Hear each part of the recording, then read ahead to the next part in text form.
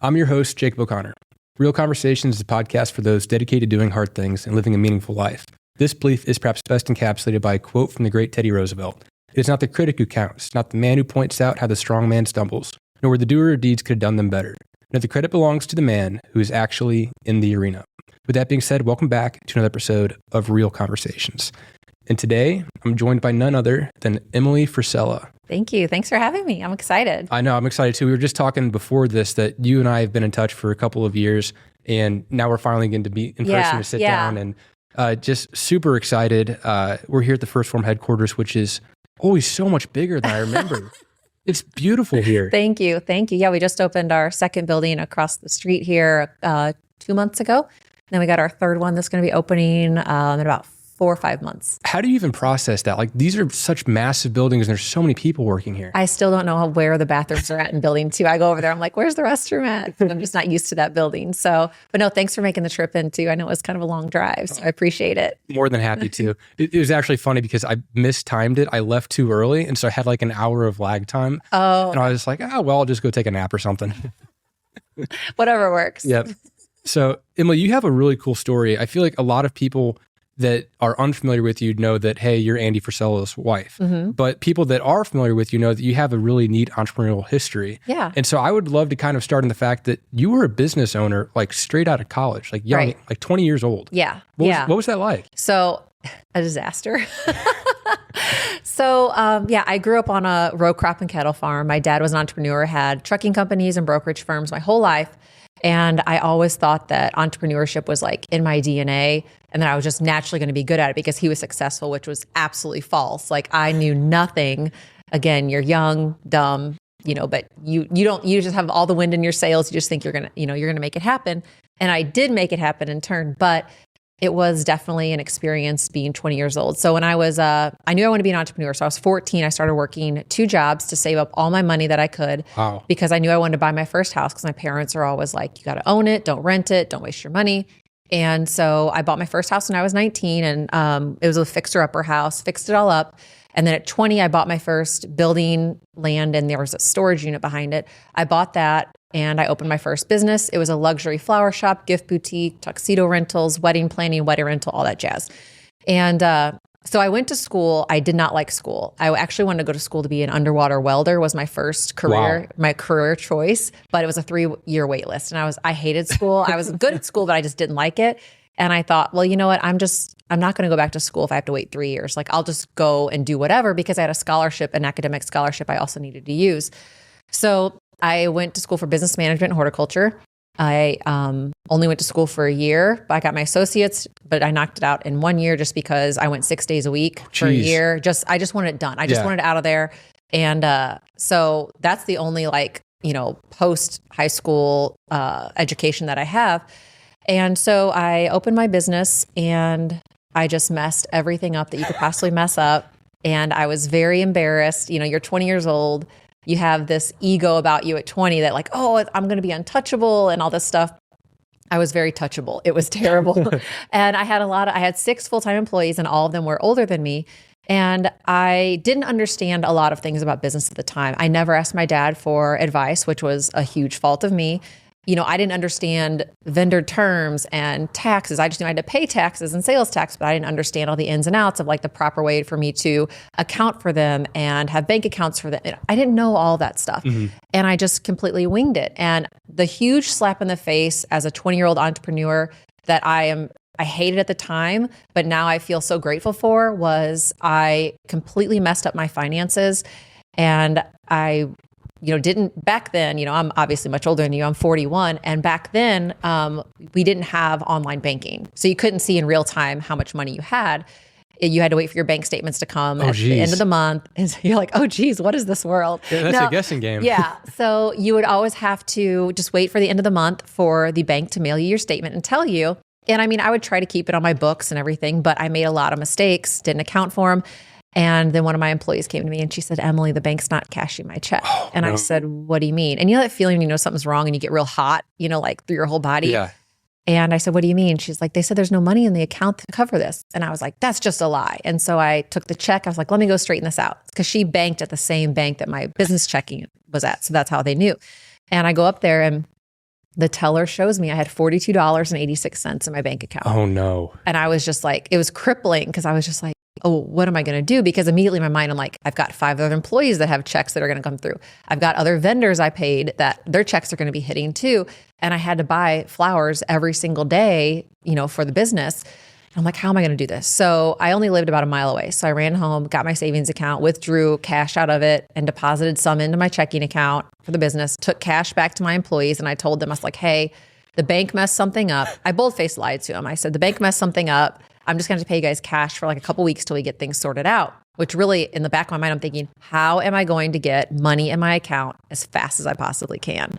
And I had to get super resourceful. And that's where the gift comes at later on in life is that I've, been able to think back about that and the things that I did to kind of get really like savvy and, I don't want to say conniving, but like get really like slick about how ways to like get marketing out there and at, no cost. I think the biggest thing that I did is I had hair about down to my butt and I cut it all off for about to my shoulders for Locks of Love because they made wigs for like children and things. And I would love to sit here and say I did it out of the goodness of my heart, but I didn't. I did it strictly for free advertising because I couldn't afford any advertising. And our local newspaper went around to 6 different cities that I delivered all to. And in our small town paper, that was actually like front page news that this business owner cut her hair all off. And so there's a picture of me holding my long ponytail they cut off and they are, promoting me. And that paper went out to 6 different cities and it promoted my flower shop for free. I just had to cut my hair off. And then I would go through my dumpster and get dead flowers out and put those in foam and put like super glue or hot glue, like spiderweb looking things around it. And I would sell my trash and call it a dead bouquet for like 30th, 40th, 50th birthdays. And they went so popular. Like I was making a lot of money off of my trash. So I just did a lot of different things, just trying to get funds acquired to cover this. And, within about 8 months, I was high 6 figures because I had just hustled my ass off to try to get some money in the bank. And, it's just one of those things at the time, it was absolutely devastating. It was terrible because I had lied to my employees. And I had to cover that lie every day and internally I was panicking, freaking out, wondering how I'm going to make the next payroll, pay the next taxes, pay for supplies. Had I just been a little bit more transparent with them and say, hey, I messed up. This isn't going to happen again. I need you guys to help and rally around me and let's, make this right. It would have been a lot easier. But at 20 years old with older employees, I didn't want them to think they were working for some dumb kid because they actually were. Well, at 20 years old, I'm sitting here thinking like, how much are you freaking out? You're a first-time business owner. You got $46. Yeah. Like, you didn't know that haircut was going to work. No, I didn't. It was a complete chance. And also I was thinking not just my employees, but now I am now using my savings to fund the business. And I have a house, I have a mortgage, I have a car payment, I have everything else. So I was very, very hopeful. And I think almost like blindly optimistic with it. Cause I remember thinking like, how am I going to make this work? But I just, in the back of my mind, I was like, it's going to work. I just know it. And I think that's just kind of the attitude that you have to have in entrepreneurship is like, because otherwise, you can build up doomsday in your head and doomsday will happen. Yeah. You can have doomsday in front of you, but if you're like, okay, let me just attack it with everything I got, then it's, you can come out of it. And I think that is one thing that I definitely learned is one, obviously staying up on your finances. Well, because I just got those statements. I'm like, oh, I'll balance my checkbook next week. And then I had 4 months. And then that's how I ended up getting myself in trouble. But I just think, was a blessing in disguise because now it's like, it taught me so much as a leader of what to do and what not to do. Do you still have a little bit of like that fear in you of like, hey, let's check the accounts. Let's make sure everything's in line. Oh yeah. I check our accounts every single day. Our personal accounts, business accounts, everything. I do it every day though too, is just, it's not like it's not because of like PTSD from what it was, but just now with all like, like online fraud and things like that. I want to catch it the day that it happens. So yeah, I'm on it every single day on every account. That reminds me of my mom. Everywhere she goes, she's got her checkbook and she'll like be balancing in real time at the grocery store as it's happening. Yeah. And she's like, don't you do that? And I was like, I've never written anything down on paper. And it just freaks her out. Yeah. I was always like that. I think because I came from the generation where like, it's when ATM cards were new and debit cards were new. And like back then you would take your paper checkbook, keep every single receipt that you use your debit card for. You'd have to make sure that it, matched up. And now it's a little bit like looser. And that's the thing is by me, monitoring the accounts every day, I know what I did the day before, right. So yeah, it's just fun. I love that your mom's like that. My mom's like that as well. Yeah, it's great. I mean, it was annoying growing up, but I can appreciate it now. Yeah. So where do you go from there after that business? So after that business, I was in a relationship that wasn't supportive of an entrepreneur journey, and I worked a lot. And so one day, I just decided, you know what, I just got, and the thing is, the person was a great person, good person, just we came from different backgrounds of the workload. My parents were entrepreneurs, his parents were not. And it was just something where it was just, I was like, this is what my life is. Like, I have to work 60, 70, 80 hours a week. It's just what it takes. Because I did all my own like invoicing, bookkeeping, I'd work like in the business during work hours, and then I'd work on the business after hours there. And again, back then things weren't as accessible, at home. And so I had all my computer there and everything else. So I did everything at work. And so when that relationship ended, I had decided to sell the business. So one day I was just like, you know what, I'm just going to sell the business. Like, it's not worth what's going on right now. And I put it for sale. And the next day it sold in 3 hours. That quick? Yeah. That's crazy. I know. It was insane. And I sold the business, the building, the land, everything. And it was that kind of that punch in the gut, like, didn't expect that. Because it was very much so a knee-jerk reaction to sell it. And then for it to sell in 3 hours, I'm like, the ink didn't even dry on the real estate papers yet. And now it's sold. And so then I went to help a friend out. I was general manager of her gym for a while because she was going through a divorce and she needed some help. So I did that. And then I was kind of trying to figure out what I wanted to do then, because I loved entrepreneurship, but I couldn't figure out what I was going to do next. So then I took a job at a graphic design firm, and I worked there for about 6 years. I was their operations and accounting manager. Absolutely loved it. Loved the business. Loved the people, my bosses, my coworkers, everything. But there was still that thing inside of me of like, you're meant to not work for anyone else. Right. You're meant to work for yourself. And I started writing a cookbook, and that's actually that where that job is actually where I met Andy at. And so I started writing a cookbook, and then finally Andy and I were dating at this time, and it was like, or no, we were married at this time. And then one day at Christmas break, he was like, what about like, why don't you just quit, your career and finish your book and get going on that? I was like, well, yeah, I would love to do that. And then we thought about it because the design firm was closed for 2 weeks between Christmas and New Year. And then after that, I went back and put my notice in January 1, and I think I left the end of February. And then wrote a couple cookbooks, books, kind of just branched into everything I'm doing now. How do you even write a cookbook? Like, where do you start? It was a long process because, like I said, I was working full time. So it's like the nights and weekends, and with recipes, you don't just like do a one and done. It's like, let me tweak it, let me work it, all this jazz. So I didn't know what I was doing. I truly just started, figuring out like, okay, I'll get the macros right. Make it like more gluten-free. And, I took pictures, and I got a quote for the cookbook for the pictures, and it was $25,000 for food photography. And I was like, I got an iPhone, I could do this. So literally every picture of my first cookbook was taken on my iPhone. Oh, I love that. Funny. Yeah. I mean, it's not terrible, but it's definitely not great now that I look back on it. It's like kind of, one of those like funny, embarrassing things, but I was just kind of bootstrapping it. I wanted to see what I could make of it on its own and not have to like dump a bunch of like personal money into it. And I was like, I'm just going to make this thing go. And then I started doing like Monday meetups at restaurants. I would sell tickets for like $10 to like, and just to pay for materials, because I would like instruct people on nutrition, health, recipes, lifestyle, organization, all this stuff. And I just have all these ladies like every other Monday, they could buy a ticket and I would meet, and it would be a conference table like what we're sitting at. And I would just share with them some information.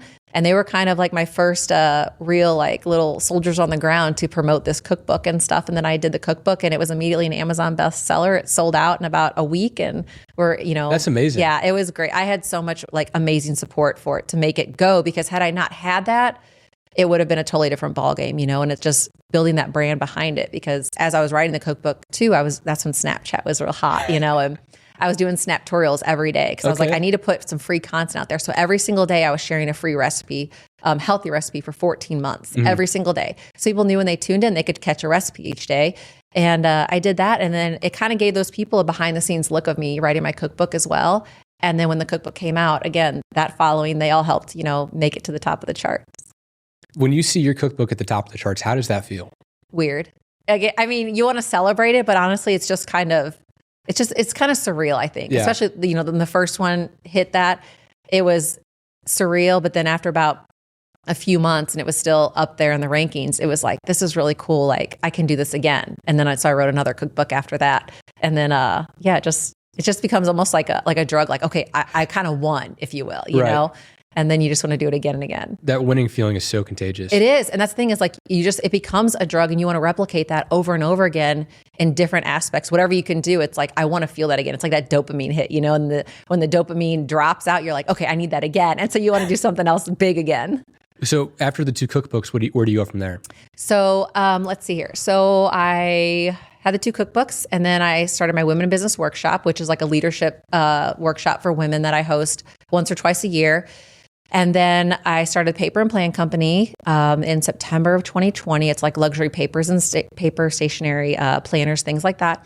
And then I wrote my 3rd cookbook, which is a leadership book that came out it was October 2022 that book came out. So, and then now it's just, I do a lot of speaking, business coaching, do my Women in Business workshop. I run Andy's brands for 447 Media. So lots of things going on. Do you enjoy having a lot of different projects going on at once? Because I find personally that like if I'm focused on just one thing and I hit a dead end, I just get frustrated. And it's nice to be able to flip flop back and forth, think about it in the back of my mind while I'm doing something else. Absolutely. Yeah. And I like the multiple projects because it's like, if like you just said, you get to like a dead end and you're just like, okay, I'm tapped out. Yeah. You can kind of reinvigorate yourself by jumping to another company or brand or whatever you're working on, another project. So I do really like it. There's times when we have really hard pushes that I'm thinking I'm an absolute insane idiot to be doing this because all the businesses require all of my attention and obviously you can't give that. So then it comes down to like, that's what I use my planner for, is like prioritizing, like when everything's a priority, how do you prioritize? So it's really breaking it down into like the micro level of, okay, well, this is going to yield revenue more quickly, or this one is going to take more lead time because let's say it's got to go to printing and it's going to be 6 months or something. So I really like to put like pen to paper on that. I'm not a tech person. I like to put pen to paper to gauge what is my return going to be on each of these. And that helps me base how I prioritize things. So it's great. I absolutely love it. But yeah, at times there's just like, what am I thinking taking on all this stuff? With your planner, I'm a terrible planner. Like I keep everything up in my head or it's on a note somewhere randomly. Oh, you give me anxiety. In my phone. Do you see with your sales that it's more towards women, or do you see a lot of men buying planners too? We have about 35% male demographic that purchases our planners. And I think that it's a lot of people just as like, they'll do it as like, because for my team here, for our media company, I keep a digital planner or a digital calendar, like just the iCal on our phones, because I have to get in real time with all my team members so they can see it as I change, because I have an office here, but I'm not here every single day, all day. It's like 4 hours a day or something. So I use that for all my guys. And then I personally keep my paper planner just because I like to see a visual of what is going on every day and the time blocks that I have etched out, because on a digital planner, I just can't do that. It's like, I don't like that visual look of it. So I like to just write things out. And plus they actually say, you do remember things better when you write it down. That's fair. Yeah. And plus I just like to like cross it off the list. So you're in a unique position where you are clearly a high performer yourself, but you've also married and found yourself a high performer. Yeah. What does the dynamic of that relationship look like? Yeah. Like, I'm so grateful. We're like such a great team. So we met back in 2006. I was actually Andy's bill collector and nice. At the design firm. Yeah. He was just starting out. First Phorm wasn't around yet. He had been a few years into S2 and he was moving back up here and was going to open some stores up here, and came in for a truck wrap on his truck. And he was pouring all his money into the business and didn't have the funds to pay for it right away. Because again, he was trying to fund the businesses. And so I was just like trying to work out payment terms and stuff with him. And so we knew each other about 3 years. And then one day we were both single and went to like a happy hour from I think it was my boss, because he was friends with my boss at that time too. And then we just kind of hit it off. And then we've been together since, so about 15 years, been married 11. And it's been amazing because, he was an entrepreneur whenever I met him, and I was an entrepreneur, from my past life with the flower shop.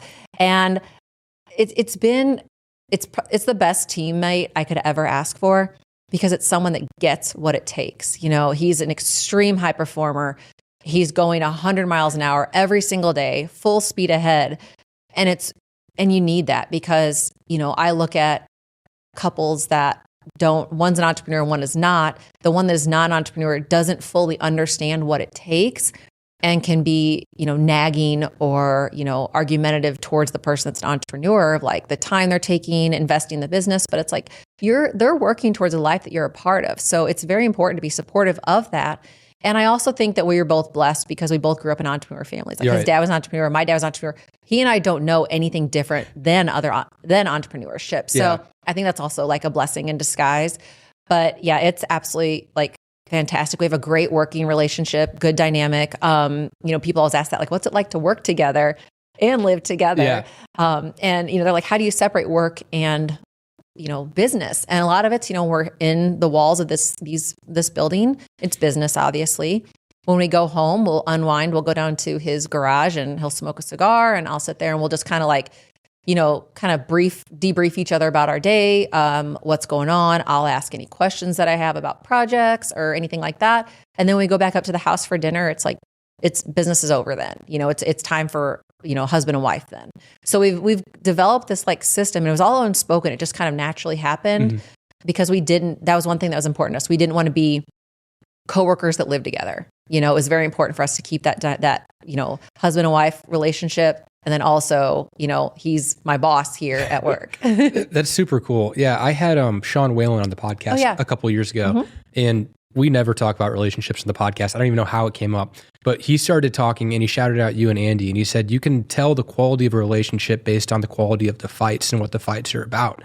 And he must have been talking to Andy, and the moral of the story was that you guys, any sort of bickering or fights that would come up, it wasn't little petty stuff.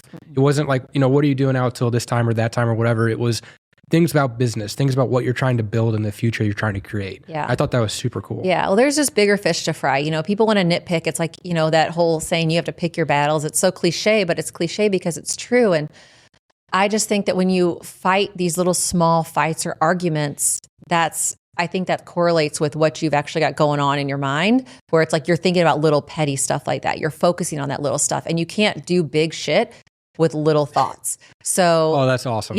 So I just think it's one of those things where you really have to think about like, what is the impact of this? What is going to be the ramifications of this, the consequences or whatever. And that's the stuff you deal with, so it's just too many people get caught up in like the little BS of life. Yeah. Well, and a lot of my listeners, I shared this with you beforehand, they're John and my age. We're 22, 23. And, this is something we never talk about, but to be honest, we don't do a great job of having a lot of women on the podcast. So something I'd love to ask you is like, how do you find that quality partner that is going to meet you at that level that you're trying to perform and to play at that higher level rather than having the small little issues? You have to be that person first. That's the thing about it. Like, you have to be the person that has high standards, that wants to push hard in life, that wants to achieve more, because you're going to end up attracting those people to you, because the people that are not performing at that, they're going to be intimidated by you and not necessarily want to approach you or talk to you.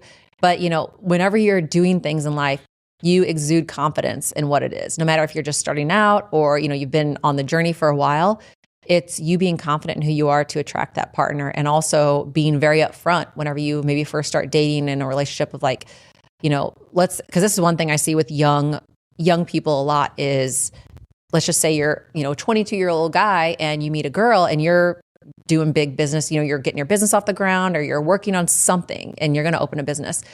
They meet a girl, or this can also be obviously like roles reversed, but then they get so in love and this, all this jazz, and they just kind of abandon their original goal for this person.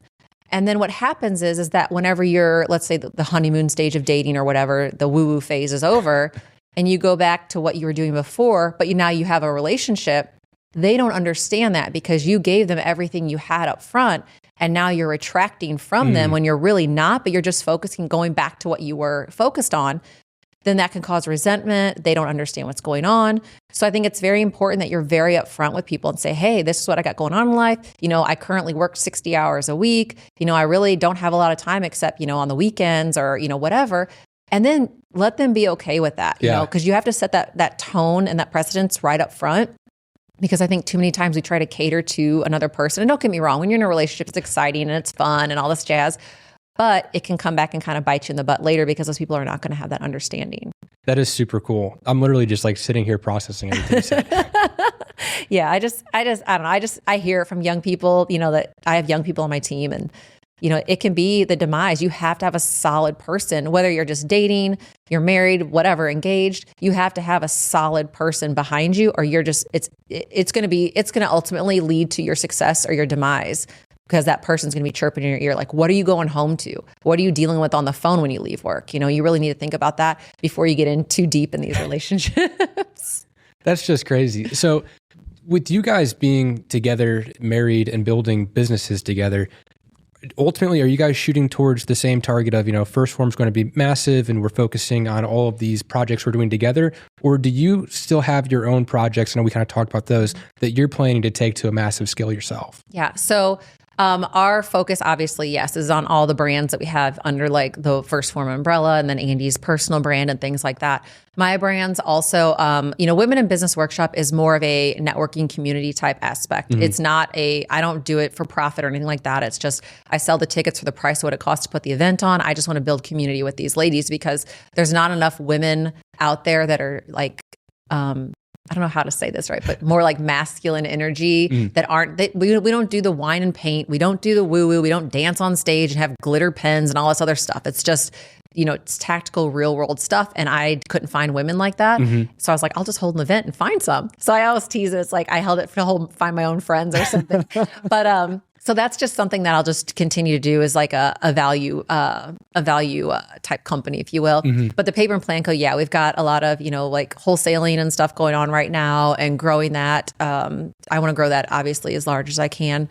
But so I feel like it's almost kind of in conjunction, like First Phorm, yes, obviously priority in that with Andy's brands. And then also mine is like a totally different little side thing right now. Well, I wouldn't say a little side thing though. Well, it's not, but I mean, like, it's just a side job. I have 4 or 5 employees right now that work with me on that, but it's like, we just entered our 3rd year. So it's still just like, we're growing now. Yeah, exactly. So right now it's, kind of just, in its infancy, I guess you'll say. Are you guys retail or e-commerce or both? We're e-com, and then we're going into retail right now. We don't do customer facing ourselves, but we're into like boutiques and things like that that we wholesale our products to. Oh, nice. So is that the plan, like as you grow, just do more retail locations? Correct. Yes. Yeah. I personally won't do a customer facing store as of right now. Now, this might come back 10 years and bite me in the butt that I said this, but as of right now, no, because something that unique and that I'm proud of about the girls that work for me. I have all women that work for me, and over half of them are mothers. And so they work 6 hours a day. They work 9 to 3.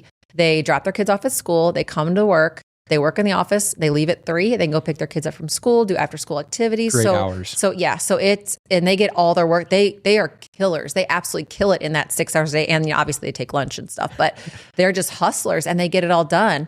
And so that's something I really am proud to have with my girls. And they work their butts off. So, and they're all in it too. We're in this ship together and we're going to make it happen. So I'm very fortunate for that. That is one thing that First Phorm definitely has, and that you just talked about having, is like that buy-in from the employees. And you probably don't even view them as employees, like you're all on a team together.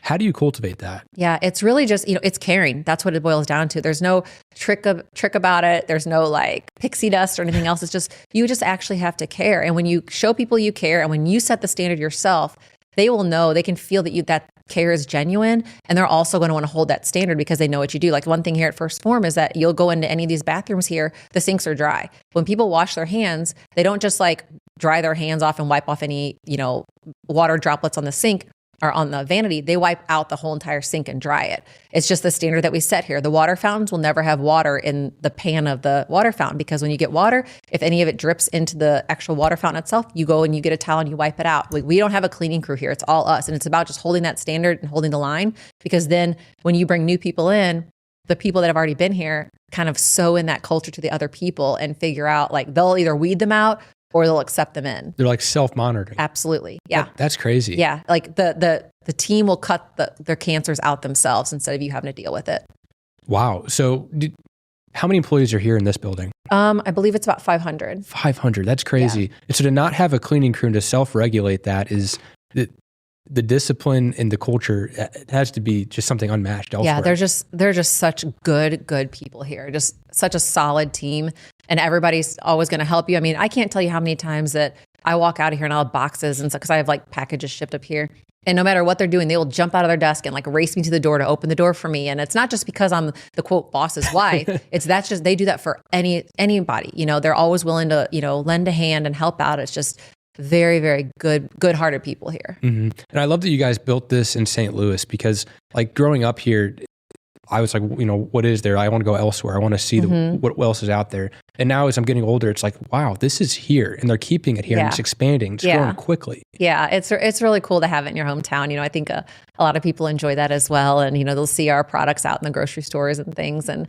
they just love that. It's like that hometown, you know, pride that we have. You know, it's like, you had AB before they sold, and then you had the Cardinals, and now at First Phorm. Yeah, and I love that you have the First Phorm sign at Busch Stadium. Yeah, we do. Yeah, we have that, and then we have a couple billboards on the way down there and stuff. And nice. So that's cool.